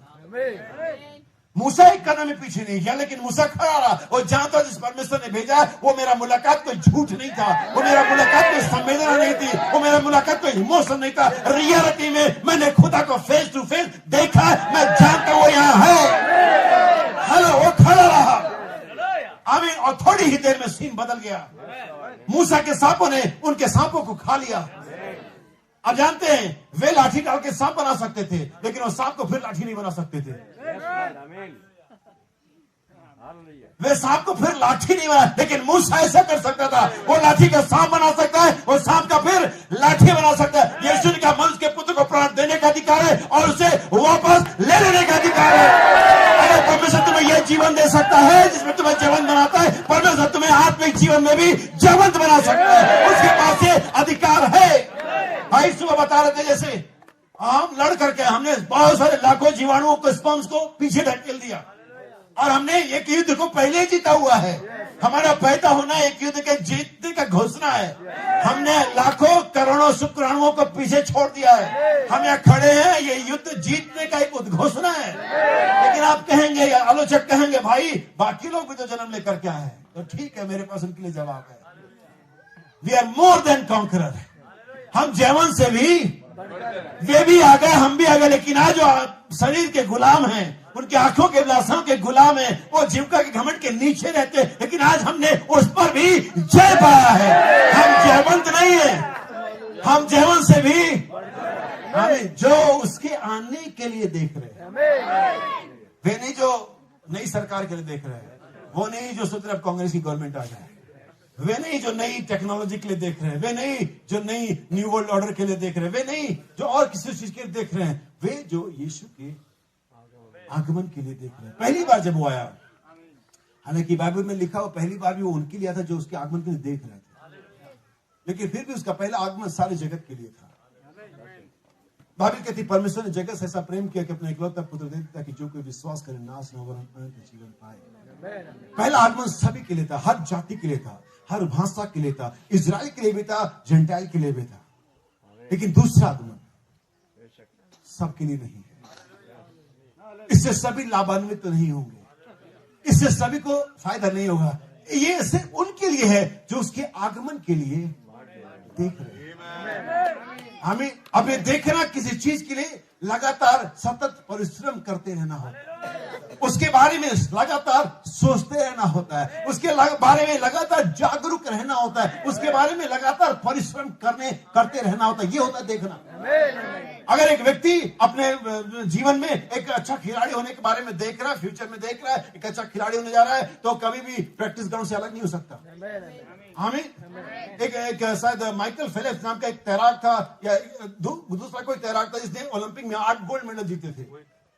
हमें उससे इंटरव्यू लेगा कि भाई अपने लोग पूरे जीवन में, पूरे लाइफ में 8 गोल्ड मेडल नहीं पाते, अलग अलग उसमें आपने एक ही ओलंपिक में 8 गोल्ड मेडल जीत लिया, इसका क्या कारण है? उसने कहा मैंने अपने जीवन में पिछले 4 सालों में 24 घंटों में 8 घंटे पानी में बिताए हैं। 8 घंटे, यूं ही 8 गोल्ड मेडल नहीं मिल गया उसको। जब सचिन तेंदुलकर डबल सेंचुरी मारता था फिर भी नेक्स्ट मॉर्निंग 6 बजे प्रैक्टिस ग्राउंड में होता था। हाँ, मैंने तो आज डबल सेंचुरी मारी, आज मुझे प्रैक्टिस करने की कोई जरूरत नहीं। तो फिर उसकी तरह खिलाड़ी अभी आए भी नहीं है। ऐसे आओ 3 मीटिंग बहुत होगी, 2 संडे तक मैं चर्च नहीं जाऊंगा, तो तुम स्वर्ग भी नहीं जाओगे, क्योंकि तुमने फोकस हटा दिया। तो मैं आगे 6 मीटिंग 5 मीटिंग, क्या मीटिंग अटेंड करके आऊंगा? 5 मीटिंग नहीं। अब मैं जाऊं अपने चर्च में, मैं संडे नहीं पढ़ा, मेरे 5 मीटिंग बहुत ले ली है। अरे नहीं, ये सब लगातार सतत परिश्रम करना, उसके बारे में लगातार प्रेशर मारते रहना, पुश करते रहना, धक्का मारते था वापिस है पाते हैं। क्या आप तैयार हैं? सुनिएगा, ध्यान सुनिएगा। नबी कहता है ये देखना क्या है, यह सिर्फ एक दृश्य का मामला नहीं है, इसके पीछे आपकी इंटेंशन, आपका डेस्टिनेशन, आपका फ्यूचर है। हमें नबी कहता है अगर एक लड़का जाता है और एक शादी के लिए एक ऐसी लड़की को चुनता है बस देखने में खूबसूरत है, तो बस तो एक अंधा लड़का है, वो एक मूर्ख लड़का है। वो भविष्य नहीं देख पा रहा, वही नहीं देख पा रहा है कि उसकी होने वाली पत्नी उसके बच्चों की कैसी परवरिश करेगी, क्योंकि वो फिर तो केवल उसके रूप को भी देख रहा है, उसके पास एक सही देखना नहीं है। नबी कहता है ये आपके इंटेंशन को, आपके अंदर में क्या किस प्रकार का ध्येय है, आपका अंतिम लक्ष्य क्या है, आप भविष्य में क्या होने जा रहे हैं, ये इस बात पर दिखाता है आप किसके लिए देख रहे हैं। हमें नबी कहता आगे, पुराने नियम में उन्हें चंगाई के लिए पीतल के सांप को देखना था। वे उस पीतल के सांप को बस ओवरलुक नहीं कर सकते थे, वे ऐसा नहीं कर सकते कि कोई सांप ने उनको काटा और मूसा से कहा ठीक है मूसा हम पर तू बस यही दुआ कर दे, मूसा हम बहुत ज्यादा अब चल नहीं पाएंगे, मूसा मुझसे आंखें नहीं उठाए। नहीं, उनको एक ही काम करना था कि बच सके, उन्हें देखना था। उस सांप को जो ऊंचे पर लटकाया गया था पीतल के उस खंबे पर, उन्हें उसे देखना ही था। एक ही तरीका था कि बच सकते कि उस सांप की ओर देखते। नबी कहता है एक ही तरीका क्या संसार बच सके कि यीशु की ओर देखे। अरे देखना कैसे होता? वास्तव में हमारी आंख हमें वो नहीं दिखाती जो हम देखते, हमारा मन हमें दिखाता कि हम क्या देखते। वो मन जो हमारा जो मन है वो शरीर का एक तरह से दिया है, कुछ इस तरह से इसका कमी नहीं। मैं चाहता हूं कि मेरे साथ एक आयत पढ़े, मैं आपको समझाना चाहता हूं। नीति वचन उसका 4 अध्याय उसका 23 वचन और 23 अध्याय का 8 वचन भी पढ़ेंगे। नीति वचन, यहां सुनिएगा, मैं आपके साथ ज्यादा समय नहीं लूंगा क्योंकि मेरे पास भी थोड़ा ही कमी समय है। नीति वचन 4 का 23, सबसे अधिक अपने मन की रक्षा कर। किसकी? सबसे अधिक अपने मन की रक्षा कर, क्योंकि जीवन का मूल स्रोत वही है। किसका मूल स्रोत है वो? जीवन का मूल स्रोत वही है। हाँ, टेढ़ी बात अपने मुंह से मत बोल। टेढ़ी, सबसे यहां पर लिखा सबसे अधिक किसकी रक्षा कर? अपने मन की रक्षा कर। और ये सबसे लोग कहते चंचल होता है, और ही वास्तव में होता है। ये घड़ी के उस पेंडुलम के समान होता है जो कभी इधर कभी इधर कभी इधर ऐसे ही डोलता रहता है। ये एक फोर्स है जो आपको खींचता है हमें, और ये इस बात पर निर्भर करता है कि आपके मन में क्या है।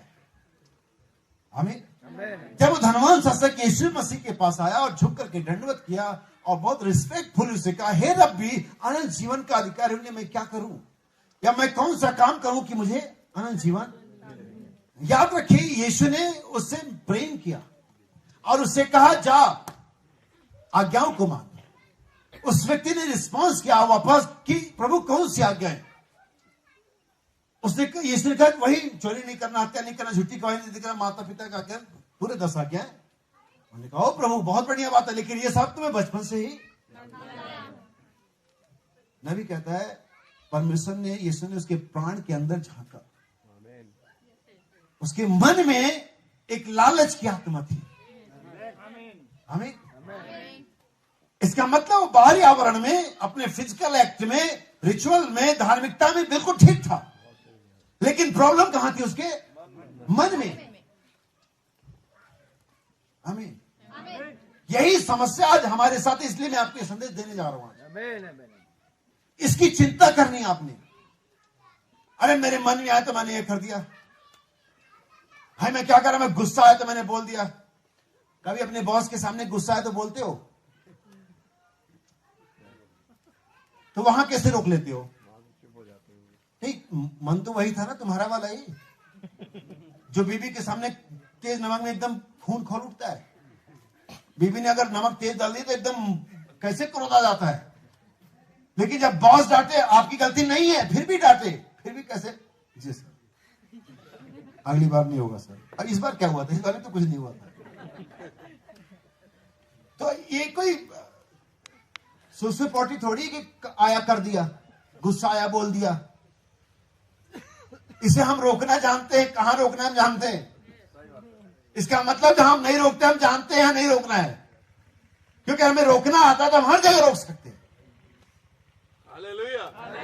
बॉस के सामने रोकते हैं, किसी से पैसा लेना हो और वो बार बार वो कर रहा, फिर भी अपने खिसियाट नहीं, अगर थोड़ा भी मैंने गड़बड़ कर दी तो अभी बहाना बनाता है, कर देगा नहीं, फिर बड़े नम्रता की कैसे न कैसे पैसा निकालने हमें, यानी हमें ये कला आती है, लेकिन हम इस कला को हर जगह इस्तेमाल नहीं करते। लेकिन मैं चाहता हूं कि आप इस कला को हटा करके पवित्र आत्मा को दे। मैं आपके लिए एक वचन पढ़ता हूं, उत्पत्ति की 6वां अध्याय। क्योंकि आप किसके लिए देख रहे हैं, ये बहुत इस बात पर निर्भर करता है कि आपके मन में क्या है। हमें और इसके 6वें अध्याय के हम पढ़ेंगे 6 से आप पढ़ सकते हैं। ध्यान से सुनिए, उत्पत्ति 6वां अध्याय 6 वचन से। और यहोवा पृथ्वी पर मनुष्य को बनाने से पछताया और वह मन में अति खेदित। कौन? यहाँ पर एक और मन है जो परमेश्वर का है। यहाँ पर 2 मन है, एक परमेश्वर का एक मनुष्य का। और अपने मन में अति खेदित हुआ। हाँ, तब यहोवा ने कहा, मैं मनुष्य को जिसकी मैंने सृष्टि की है, मैं मनुष्य को जिसकी मैंने सृष्टि की है पृथ्वी के ऊपर से मिटा दूंगा। पृथ्वी के ऊपर से क्या करूंगा? मिटा दूंगा। क्या मनुष्य, क्या पशु, क्या रेंगने वाले जंतु, क्या आकाश के पक्षी, सबको मिटा दूंगा, कि मैं उनके बनाने से पछताता हूँ। क्योंकि मैं उनके बनाने से पछताता हूँ। और आगे, परंतु यहोवा के अनुग्रह की दृष्टि नूह पर बनी रही। परंतु यहोवा के अनुग्रह की दृष्टि नूह पर। आगे पढ़िए। ठीक, एक मिनट। ठीक है, मैं सोचता 5वीं आयत मुझे पढ़नी चाहिए थी। यहोवा ने देखा कि मनुष्यों की बुराई पृथ्वी पर बढ़ गई है। किसकी बुराई बढ़ गई है? मनुष्यों की बुराई पृथ्वी पर बढ़ गई है। और उनके मन के विचार में, अब उनके मन के विचार की बात कर रहा है वो। उनके मन के विचार में जो कुछ उत्पन्न होता है, जी हाँ, वह निरंतर बुरा ही होता है। अब देखिए यहाँ पर एक चीज और आपके लिए क्लियर कर दूं कि जैसा कि बहुत समय से हम सुनते हैं पुराने हमारे समय के संदेश के प्रचारकों से कि अंत के समय का चिन्ह यह है कि वो पृथ्वी पर बेटियां स्त्रियां उत्पन्न हुई, खूबसूरत हुई, लेन देन हुआ, घर बनाने। ये सब कारण नाश होने का कारण नहीं था। अरे उनको फलना फूलना है करके तो परमेश्वर नहीं बोला था उनको, इसे अपने कब्जे में कर लो, परमेश्वर नहीं बोला था उनको। अब शादी विवाह करना है, बाइबल में किस जगह पर पाप लिखा हुआ है? बहुत ज्यादा मनुष्य पैदा करना तो परमेश्वर नहीं बोला उनको, बल्कि बहुत सारे लोग इसका गलत ही फायदा उठाते हैं। बिली पॉल के जब 3रा या 4था बच्चा हुआ और भाई बहनों ने कहा, बिली ये सब क्या है? बिली पॉल ने कहा, पापा, परमेश्वर ने कहा फलो और फूलो पृथ्वी में। भाई बहन कहते, बेटा सारी जिम्मेदारी तुम्हें थोड़ी दी गई खेती में। हमें तो यहाँ पर ये सारी चीज, लेकिन वास्तव में पृथ्वी के उस जल पलने से नाश होने का कारण फिर मनुष्य का बढ़ना नहीं था, शादी ब्याह नहीं थी, घर बनाना नहीं था। क्योंकि मनुष्य का नेचर है घर बनाना। बंदर नहीं बनाता घर, वो घर उजाड़ता है। इसीलिए मैं जानता हूं कि हम बंदरों से नहीं आए। हमें अगर कोई सोचता बंदरों से आए तो इसका पारिवारिक मामला है, हम उसमें कुछ नहीं कह सकते। आपका परिवार कैसे है आप जानते। मेरा परिवार आदम से आया जो कि एक मनुष्य था। हमें हालेलुया। तो ध्यान देना, बाइबल ये नहीं कहती कि सारी कारण क्या था उस जल प्रलय का? मन की बुराई, मन में निरंतर उत्पन्न होने वाले कुविचार, मन में निरंतर उत्पन्न होने वाले वही गंदगी जो मनुष्य के अंदर में, और जो मन में आता था वही बाहर एक्ट में आता है। यहाँ के लिए एक वचन पढ़ते हो, नीति वचन 23 अध्याय और उसका ये 7वां वचन है। क्योंकि जैसा वो अपने मन में विचार करता है वैसा वह आप है। जैसा मनुष्य अपने मन में विचार करता है वैसा ही वो है। अगर आप अपने मन में, जैसे हम बहुत बार डबल लाइफ जीते हैं, दोहरी जिंदगी जीते ना। मन में तो हम ऐसे हैं, लेकिन हम जैसे हम शादी में, मुझे नहीं मालूम कि किसी के साथ ऐसा हुआ, लेकिन मेरे साथ ऐसा बहुत हुआ है। हमारा कोई भाई मिल गया, इससे हमारी बातचीत नहीं है, हमने सालों सालों से बातचीत नहीं करी है, और हमें मालूम है वो भी शादी में आया हुआ है, हमने उससे मालूम मैं भी आया हूं, हमने कहीं दूर से उसको देख भी लिया है, और अचानक किसी खाने के टेबल पर और किसी जगह वो भी निकालने आ गए चावल और हम भी निकालने पहुंच गए, और आंखें मिल गई, अरे भाई आप भी आए हुए, 15 मिनट पहले देखा था आया हुआ है। नहीं, ये होती दोहरी जिंदगी। मन में तो नफरत था, लेकिन मिला कैसे, और भाई कैसे हैं, ठीक है सर, बच्चे बच्चे ठीक है सर, क्या नौटंकी। ये दोहरी जिंदगी यही है, जैसा उसको वैसा ही होना जैसा मन में है, तब वो ज्यादा बेहतर होता। लेकिन आप डबल गेम खेलते हैं तो परमेश्वर से पसंद नहीं करता। परमेश्वर से जैसे हम अंदर है वैसे ही हम बाहर हो। सो मन की बुराई क्या थी, उनके नाश होने की कारण था।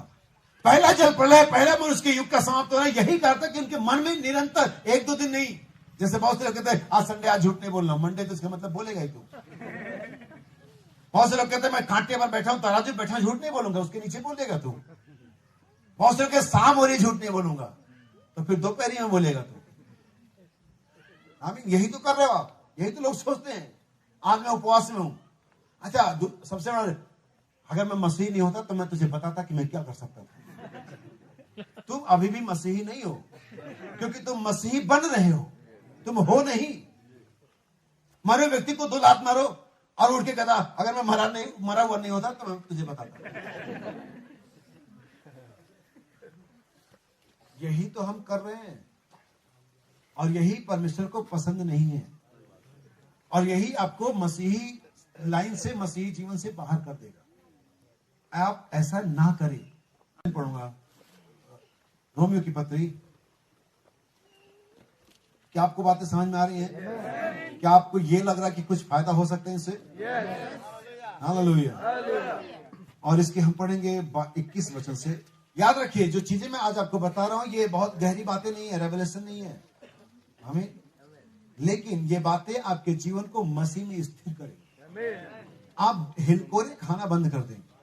हमें नबी सबसे अंदर वाला पर्दा मैसेज में कहते हैं लोग हिलोरे क्यों खाते हैं, क्योंकि अंदरूनी पर्दे में कभी गए नहीं, इसलिए लोग हिलोरे खाते हैं।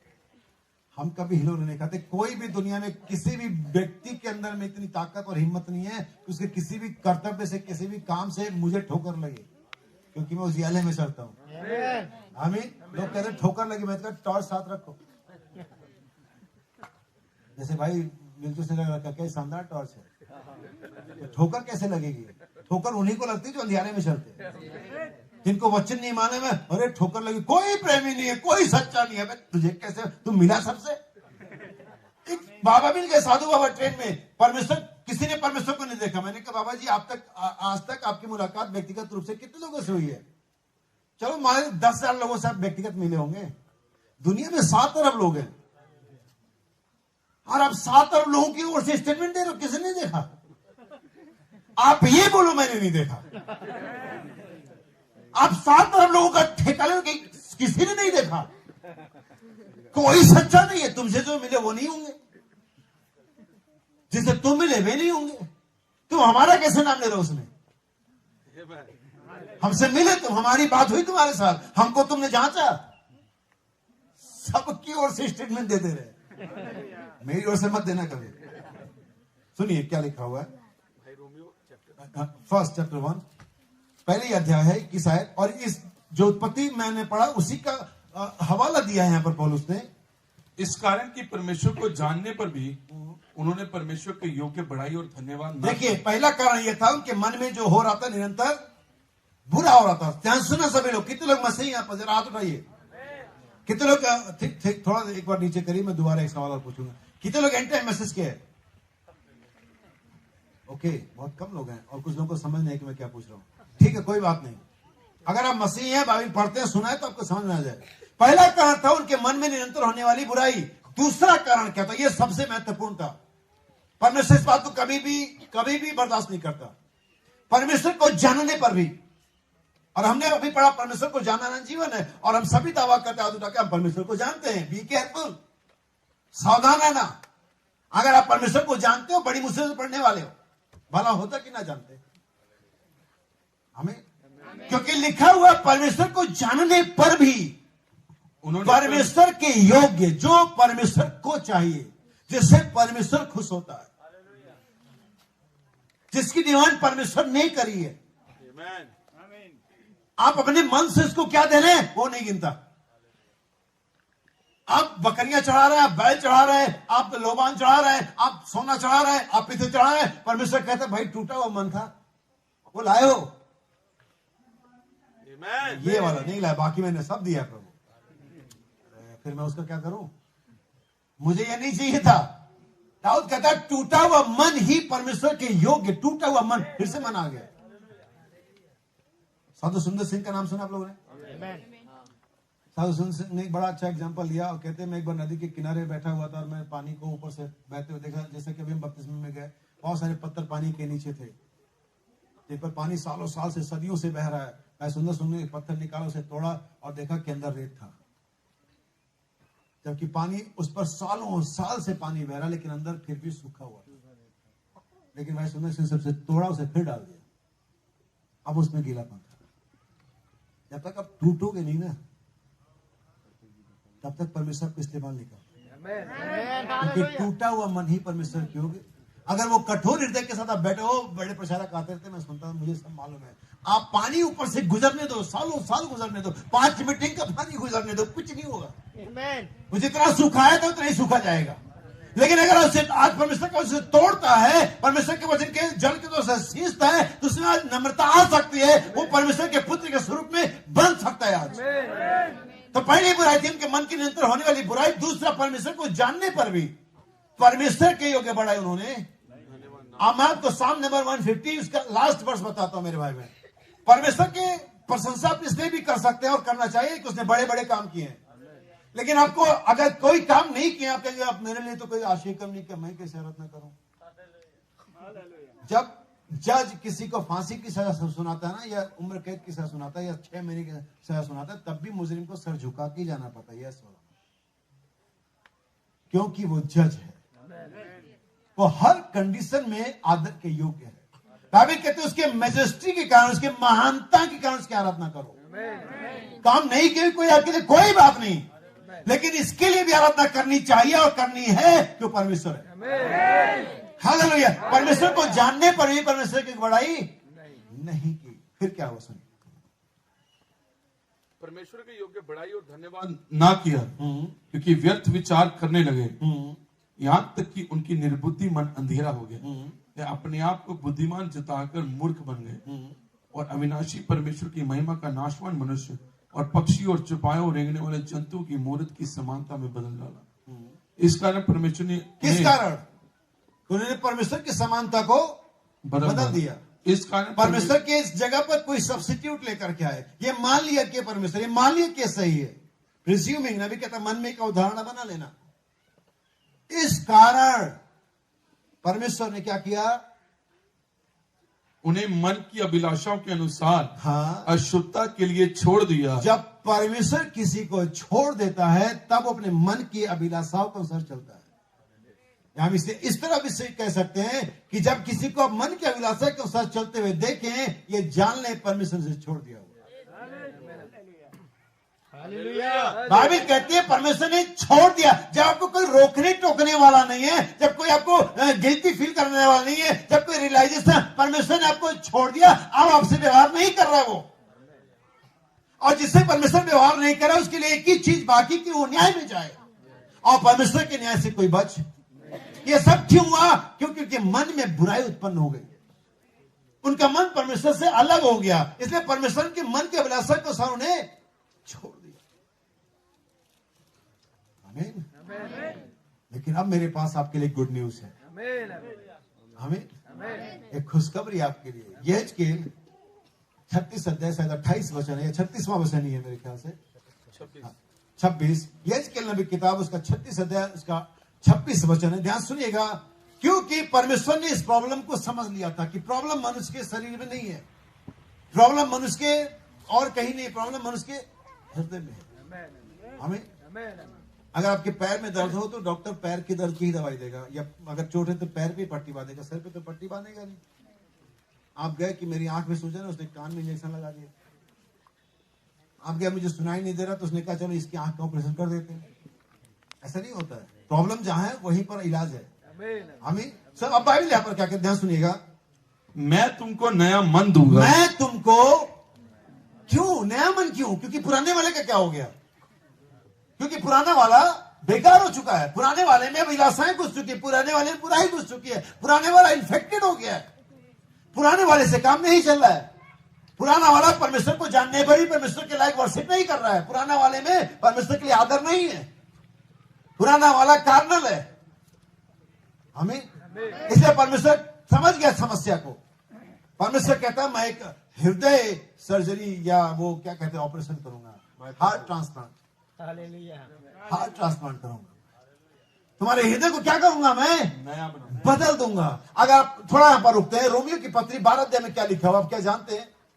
तुम्हारे मन के नए हो जाने से, अब मैं आपको एक चीज सिखाता हूं यहां पर। जब आप कन्वर्ट होते हैं, जब मसीह में आए, जब आपने बपतिस्मा लिया, तो सबसे पहले आपका मन बदलना चाहिए था। मैं चाहता हूं कि आप इसे पढ़े, तब तभी समझ में आएगा। अब यहाँ पर हमारी बहनें बैठी हुई हैं, माताएं बैठी हुई हैं। जब भी कोई स्वाभाविक जन्म होता है तो पैर नहीं बाहर आते, पहले सर बाहर आता है। जन्म में सबसे पहले चीज जो दिखाई देती है वो होता है सर। हमें क्या मैं सही कह रहा हूं? परमेश्वर का वचन इसी प्रकार से जन्म देता है। पहला तुम्हारा क्या बनाना चाहिए? मन। कई बार जब हम कहते हैं यहाँ मन, तो लोग कहते हैं मन तो यहाँ होता है। यही तो साइंस आज तक समझ नहीं पाए मन होता कहाँ है। हमें और आप हृदय का तो बदल सकते हैं, लेकिन मन की बात आप कुछ नहीं कर सकते। वो तो मन की बात है। जिसको पत्नी नहीं मिलती वो रेडियो पर करता है। सुनिए पर बाइबल क्या लिखा हुआ है। हमें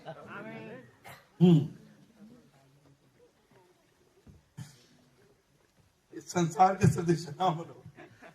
इस संसार के सदृश बाइबल इब्रानी यिर्मयाह की किताब में कहती है अन्य जातियों की जो रीति उस पर प्रैक्टिस मत करना, जैसा कि ठीक 25 तारीख को लोगों ने किया होगा। लेकिन बाइबल कहती है संसार के सदृश ना बनो, क्योंकि संसार के सदृश आप बनेंगे तो वैसा ही आपके साथ होगा जैसा पहले संसार के साथ हुआ। आमीन। बस फर्क इतना होगा कि पहला संसार जल में डूब के मारा गया था और दूसरा संसार आग में भून के मारा जाएगा। जल वाले मृत्यु तो फिर भी ठंडी ठंडी ठीक थी, लेकिन यहाँ पे तो कबाब सीख जाएंगे अलग पलट के। कल्पना भी मत कर लेना इसकी। परमेश्वर के हाथ में पड़ना भयानक बात है। आमीन। सिर्फ दाऊद था जिसको ऑप्शन दिया गया था, दुश्मन के हाथ में पड़ेगा, परमेश्वर के हाथ में। आपके पास भी है दाऊद की तरह समझदारी दिखाना कि दुश्मन के हाथ में पड़ने से अच्छा परमेश्वर के हाथ में पड़ना। हमें समझ में आ रही बात? स्वाभाविक कहते हैं संसार के सदृश से ना बनो, परंतु तुम्हारे मन के नए किसके नए हो जाने से सबसे पहली चीज जन्म में क्या बाहर आती है? मन आता बाहर, सर आता बाहर। और यही जो परमेश्वर सबसे पहले हमारा बदलना चाहता है। अब आप बहुत सारे लोग आश्चर्य करते हैं हमारी चाल चलन, हमारी पत्नी की चाल चलन, हमारे पति का चाल चलन, हमारे बच्चों का चाल चलन बदल क्यों नहीं रहा है? क्योंकि उनका मन ही परिवर्तित नहीं हुआ है। नबी कहता है हमारे पास सहमत लोगों का, कन्विंस लोगों का बहुत बड़ा झुंड है। यहां पर जितने लोग हैं इस वचन पर, इस संदेश पर कन्विंस हैं, सहमत हैं, लेकिन यहां पर बहुत कम है जो इस संदेश के द्वारा कन्वर्ट हैं। हमें कन्विंस लोग नहीं चाहिए, कन्वर्ट लोग चाहिए। पत्र जब तू फिरे जबकि ऑलरेडी कन्विंस था, यीशु के साथ कन्विंस आप तो छोड़ करके कहां जाए? इसके बावजूद पत्रस कन्वर्ट नहीं था। आप कितने साल तक कन्विंस रहे हैं, रहेंगे मुझे नहीं मालूम, परवाह भी नहीं, लेकिन एक दिन जब कन्वर्ट हो जाते हैं वही दिन परमेश्वर एक और पुत्र को प्राप्त कर ले। वही दिन परमेश्वर के पास एक और पुत्र था। इसके लिए कहता क्या तुमने मेरे दास अय्यूब को देखा है? स्वाभाविक के लिए संसार के सदृश से ना बनो, पर तुम्हारे मन के नए हो जाने से तुम्हारा चाल चलन भी बदल अगर जाए। मन नहीं बदलेगा तो चाल चलन बिल्कुल नहीं बदल सकता। इसीलिए लोगों गंदी चाल चलने बुराइयों में चलते देखते वे अभी भी कन्वर्ट नहीं हुए, वे बस कन्विंस है वचन पर सही है। कन्विंस करने वाले तो नेताओं का वोट देने के लिए कन्विंस कर लेते हैं। वो अलकायदा वाले, मुजाहिदीन वाले कन्विंस कर लेते हैं जवान के लड़के आ जा, हम अल्लाह के नाम पर मरेंगे, वो बम बांधता कूद जाता, कन्विंस है वो कन्विंस लोग हैं। लेकिन वे कन्वर्ट नहीं है। हम कन्विंस हो सकते हैं, लेकिन पवित्र आत्मा में कन्वर्ट करता है। मैं और आप, ये भाई बहन, हम और आप, कोई भी आपको बस कन्विंस कर सकते हैं। भाई बहन कहते हैं बस आप उसका मत बदल देंगे, वो पहले मेथोडिस्ट में था, अब आपके साथ आ जाएगा, लेकिन वो उतना ही पापी था जितना कि तब और अब। लेकिन आप कन्वर्ट होते, कौन कन्वर्ट करता है? पवित्र आत्मा। और वो किसे कर रहा है? जो उसके आने के लिए देख रहे हैं। वो हमारी दिन देहों को बदल करके अपनी महिमा के देह के अनुकूल बना देगा। अगर हमें लेने की वो करेगा। स्वाभाविक कहते तुम्हारे मन के बदल तुम्हारा चाल चलन भी बदलता, जिससे तुम परमेश्वर की भली, किससे? पहले मन के बदलने से और फिर चाल चलन बदला नहीं, परमेश्वर की मर्जी मालूम करने आ गए।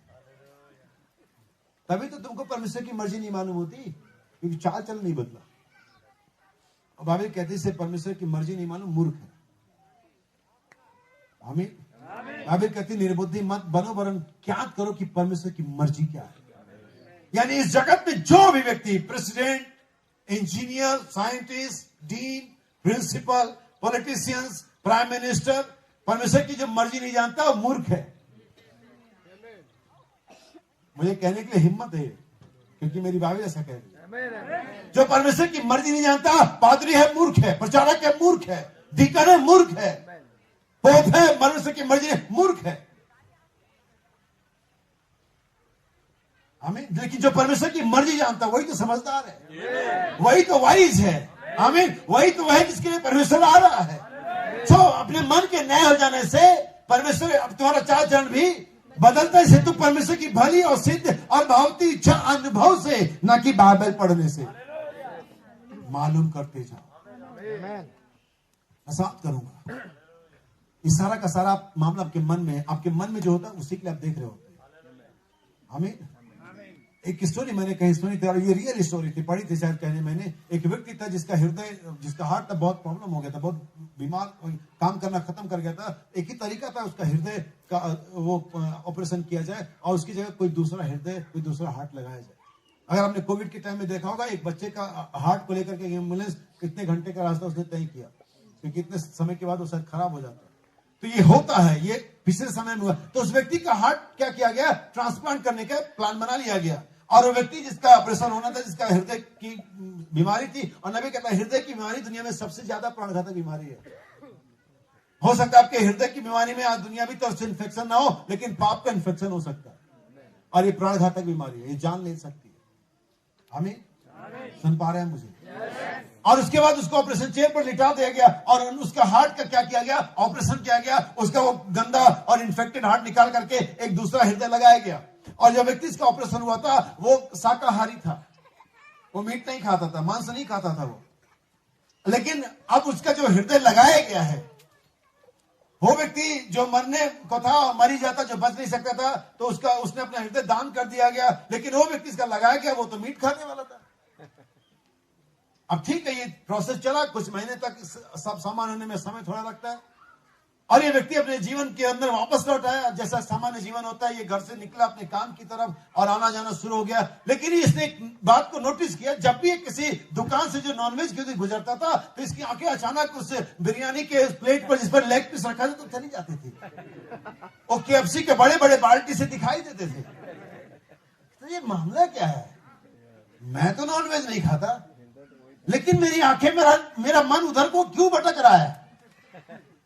अब चूंकि जब ऑपरेशन हो तो उसको कुछ नहीं मालूम कि कौन आ रहा है, किसका हृदय लग रहा है वगैरह वगैरह, लेकिन फैमिली को सब पता था, सारी डिटेल, किसने डोनेट किया, कौन डॉक्टर, क्या क्या वगैरह। वो कहता है देखो यार, मेरे साथ अजीब समस्या हो रही कुछ दिनों से। अब तुम सब जानते हो कि मुझे नॉनवेज पसंद नहीं, मैं नहीं खाता, लेकिन जब भी मैं किसी रेस्टोरेंट से गुजरता हूँ, जब भी कोई खुशबू आती है, जब भी कोई फोटो देखता हूँ, तो मेरा हृदय धड़कने लगता है, अंदर से पुकार उठती कि मुझे खाना चाहिए, लेकिन मैं तो खाता नहीं हूं। तब उसके फैमिली ने बताया कि भाई ऐसा है, क्या आपका ऑपरेशन हो रहा था, तो जो व्यक्ति ने आपको अपना हार्ट डोनेट किया या जिसका निकाला गया, वो नॉन वेजिटेरियन था, वो मांसाहारी था। उसने कहा ये बात है, उसके सामने कहा साहब क्या जाए। आमीन। तो कहता मैं तुम्हें नया मन दूंगा। अब जब ये वाला हृदय परमेश्वर निकालेगा, क्योंकि सबसे महान सर्जन वही है, उसका पहला काम सर्जन का था। जब उसने आदम को बनाया, उसके बाद जब हवा को बनाया, उसने पहली सर्जरी करी, अब दोबारा करने के लिए तैयार है। आमीन। लेकिन वो एक ऐसे लोगों को चाह रहा है जो बिना एनेस्थीसिया लिए सामने आएंगे, बिना बेहोशी के इंजेक्शन लिए सामने आएंगे। प्रभु ये रहा, मैं चाहता कि मेरा आप ये गंदा वाला हृदय निकाल करके, पापी हृदय निकाल करके एक शुद्ध मन प्रदान करे। आमीन। क्या समझ रहे मुझे? तो कहता मैं तुम्हें नया मन दूंगा। नया क्यों? पुराना वाला खराब है। आमीन। इसलिए परमेश्वर चाहता है कि आपके अंदर में वो नया जन्म को लेकर के आए, जो नई आत्मा, नई देह, नया स्वभाव, नया मन लेकर के आता है। और ये किसको मिलने जा रहा है? जो यीशु के आने के लिए देख रहे हैं, जो अपने आप को उसके आगमन के लिए तैयार कर रहे हैं, जिनके मन में एक वास्तविकता में एक भविष्य है, एक डेस्टिनेशन है कि मैं यीशु के साथ स्वर्ग में जाऊंगा। मुझे इस पृथ्वी पर अधिक मन नहीं लगाना है, क्योंकि पृथ्वी पर, शरीर पर मन लगाना तो मृत्यु है। और बाइबल में यीशु ने कहा जहां तुम्हारा धन है वहां तुम्हारा मन भी। आप नहीं जानते, जब ये वचन आपके सामने आया, जब प्रचारक आपके सामने आया, जब आपके सामने से पेश किया गया, आपकी मम्मी पापा ने मुंह फेर लिया, लेकिन आपका हृदय धड़का। क्यों धड़का? क्योंकि आपके पास वो हृदय था जो परमेश्वर ने आपको जगत को होने से पहले दिया था कि आप वचन पर आमीन बोलेंगे। हालेलुया। आज परमेश्वर आपको ऑफर दे रहा है, आइए और हृदय परिवर्तन करा सकते हैं। आमीन। पहली बार एनेस्थीसिया लगाया गया और आदम फेल हो गया। हम सारी टर्म्स और कंडीशन आपके सामने बता देना चाहते हैं। कोई भी इसमें हिडन पॉलिसी नहीं है, जैसे बीमा वाले बहुत सारी चीजें छिपा देते हैं। परमेश्वर सामने रखता आपके सामने और कहता अब आओ। आमीन। हम आपको शब्द विभाग नहीं दिखाएंगे कि मसीह में आ जाओ कल नौकरी लग जाएगी, हो सकता है कि कल चली जाए। हम आपको शब्द नहीं कहते कि मसीह में आ जाओ कल तुम्हारी शादी हो जाएगी, हो सकता है कि टूट जाए। आमीन। मैं आपको नहीं कहता मसीह में आ जाओ चंगे हो जाओगे, हो सकता है कि कोई बीमारी लग जाए जो परमेश्वर की महिमा के लिए आई हो। लेकिन एक चीज की गारंटी है, अगर आप इसमें सक्सेस हो गए, अगर आपने दौड़ को पूरा कर लिया, तो अंत में जीवन का मुकुट आपके लिए इंतजार कर रहा है। अंत में परमेश्वर के दूतों की सलामी की मंडली आपका इंतजार कर रही है। परमेश्वर स्वयं अगवानी के लिए खड़ा है। लेकिन इससे पहले कि हो, परमेश्वर चाहता है आप उसके ऑफर को ले लें। वो कौन सा ऑफर है? मैं तुम्हें नया मन दूंगा, मैं मांस वो पत्थर वाला निकालूंगा और मांस का। जब उनके पास वो पत्थर वाला हृदय था तो उनके पास पत्थर वाली आज्ञाएं थी, उनकी आज्ञाएं पत्थर पर थी, उनका हृदय भी पत्थर का था। लेकिन परमेश्वर ने दोनों को चेंज कर दिया। बोला पत्थर वाला हृदय निकालूंगा और वो आज्ञाएं जो पत्थर पर लिखी हैं, जो स्याही से लिखी है, लेकिन अब तुम्हारे मांस पर लहू से लिखूंगा और तब तुम मेरी विधियों पर चलोगे। हे पत्थर वाले मन से पत्थर वाली आज्ञाओं पर चल नहीं सके, लेकिन यहाँ पर मांस वाला हृदय है और परमेश्वर के जीवित वचन की आज्ञाएं हैं। आज परमेश्वर आपको ऑफर दे रहा है, उस दुकानदार की तरह जो कहता है पुराना कुकर ले आओ, नया कुकर ले जाओ। चलते हुए आओ, चलाते हुए जाओ। कहता पुरानी गाड़ी, पुरानी बाइक ले आओ और नई बाइक। यही तो कर रहे हैं वो लोग। परमेश्वर भी कहता पुराना मन ले आओ, इस वेदी पर घुटने पर उसे अर्पित करो परमेश्वर। पुराना मन ले आओ, नया मन ले जाओ। पुराना देह ले आओ, नई देह ले जाओ। पुरानी आत्मा ले आओ, नई आत्मा लेकर के जाओ। पुराना नेचर ले आओ, पुराना स्वभाव ले आओ, नया दिव्य स्वभाव लेकर के जाओ। वो जो पुराना है उसे ले आओ। देखो मैं तुम्हारी सब बातें नई कर देता हूँ। सब पुराना आज परमेश्वर की वेदी पर अर्पित कर दो मेरे भाई बहन। पुराना जीवन, पुराना चाल, पुरानी विचार, पुरानी अभिलाषाएं, पुराना सोच विचार, पुरानी आदतें अर्पित करो। परमेश्वर सब कुछ नया देने के लिए तैयार है। किधर लेना चाहते हैं? अपने सर को हम झुकाएंगे। सर्वशक्तिमान परमेश्वर पिता, मैं सब आपको आपके हाथों में देता हूँ खुदावन। प्रभु मैं जानता खुदावन कि ये वह नहीं है पिता जो मनुष्य सोचता है पिता, या मनुष्य देखता है खुदावन। प्रभु ये वो बात नहीं खुदावन जी आज ही पूरी हो जाएगी पिता, लेकिन बीज बोया गया खुदावन और समय की चक्र में आगे बढ़ेगा पिता। पवित्र आत्मा इस बारिश लेकर के आएगा पिता, और हम जानते जब मौसम आएगा खुदावन, वो बीज जो आज यहाँ पर पिछले 5 मीटिंगों में बोया गया पिता, वो अपने फल के साथ वापस आएगा पिता। हम जानते खुदावन दिखने में अभी कुछ भी दिख नहीं रहा पिता, सारा खेत सपाट है प्रभु, लेकिन जब सीजन आएगा, जब मौसम आएगा, अभी कहते अपने मौसम में फलेगा जो आज बोया गया है पिता। होने में पवित्र आत्मा उस बीज की रखवाली करे पिता। मेरे प्रत्येक भाई और बहन के हृदय में बोएगा वचन बीज वहां पर जर्मिटाइज हो सके पिता, और फलों को लेकर के आ सके, ताकि इनके पास शैतान के लिए जवाब हो सके पिता। मैं सभाओं के लिए धन्यवाद देता हूं पिता, और सारे भाइयों के लिए पिता जिन्होंने इसे ऑर्गेनाइज किया पिता, और मैं चाहता हूं उनके परिवारों, उनकी सेवकाइयों को ब्लेस करें पिता, हमारे मार्ग में हमारी साथ और मदद करें प्रभु। सब कुछ आपके हाथों में देते हुए प्रार्थना